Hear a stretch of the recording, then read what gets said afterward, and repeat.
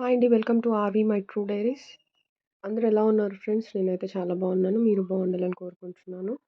రోజు మనం పెసరపప్పు కర్రీ ఎలా చేసుకోవాలో చూసుకుందాం. ముందుగా కడాయి తీసుకొని దాన్ని స్టవ్ మీద పెట్టుకొని స్టవ్ వెలిగించుకోవాలండి. వెలిగించుకున్న తర్వాత పెసరపప్పు దాంట్లో వేసుకొని బాగా దూరగా ఫ్రై చేసుకోవాలి. ఇదంతా లో ఫ్లేమ్‌లోనే చేసుకోవాలండి. దాని తర్వాత ఒక గిన్నెలోకి దాన్ని తీసేసుకోవాలి సైడ్‌కి. తీసుకొని దాన్ని వాష్ చేసుకొని పక్కకు పెట్టుకోవాలి. మళ్ళీ అదే కడాయిలో కొంచెం ఆయిల్ వేసుకొని తాలింపు గింజలు వేసుకోవాలండి. తాలింపు గింజలు, ఆవాలు, జీలకర్ర వేసుకోవాలండి. వేసుకొని వాటిని వేపుకున్న తర్వాత వెల్లుల్లిపాయలు దంచి వేసుకోవాలండి. వేసుకొని వాటిని కూడా కొంచెం దోరగా వేయించుకోవాలి. వేయించుకున్న వెంటనే మనము పచ్చిమిరపకాయలు వేసుకోవాలండి. 2 పచ్చిమిరపకాయలు తీసుకున్నాను నేను. దాంట్లో మధ్యలోకి ఘాటులో పెట్టుకొని ఫ్రై చేసుకోవాలండి. బాగా ఫ్రై అయిన తర్వాత కరివేపాకు తీసుకోవాలి.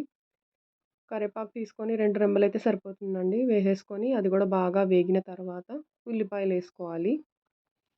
నేనైతే 2 ఉల్లిపాయలు తీసుకున్నానండి. ఉల్లిపాయలు తీసుకొని చాప్ చేసుకొని అయ్యేసుకున్నాను.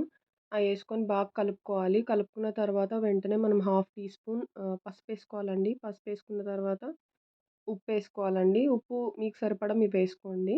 నా రుచికి సరిపడా నేను వేసుకున్నాను. వేసుకొని బాగా కలుపుకోవాలండి. కలుపుకున్న తర్వాత బాగా రెడ్డిష్ బ్రౌన్ కలర్‌లో వచ్చేదాకా వాటిని ఫ్రై చేసుకోండి. ఫ్రై చేసుకున్న తర్వాత టమాటా 2 నిమ్మకాయ సైజ్ అంత టమాటా తీసుకొని మిక్సీలో ఏసుకొని దాన్ని దీంట్లో వేసేసుకోవాలండి.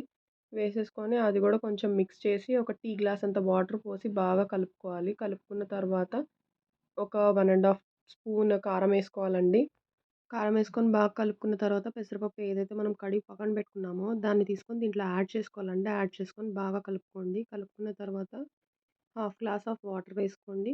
వాటర్ వేసుకొని కలుపుకొని మూత పెట్టేసేయండి. మూత పెట్టేసి లో ఫ్లేమ్‌లో దీన్ని మగ్గనిద్దాం కొంచెంసేపటి వరకు. మగ్గనిచ్చిన తర్వాత కొత్తిమీర తీసుకుందామండి. కడిగేసేసి దాన్ని చిన్నగా కట్ చేసుకొని పెట్టుకుందాము. అది దీంట్లో యాడ్ చేసుకోవాలి. యాడ్ చేసుకొని బాగా కలుపుకోవాలండి. ఇదే విధంగా పెసరపప్పు కర్రీ మీరు ఇంట్లో ట్రై చేసి ఎలా ఉందో నాకు కామెంట్ ద్వారా తెలియజేస్తారని అనుకుంటున్నాను.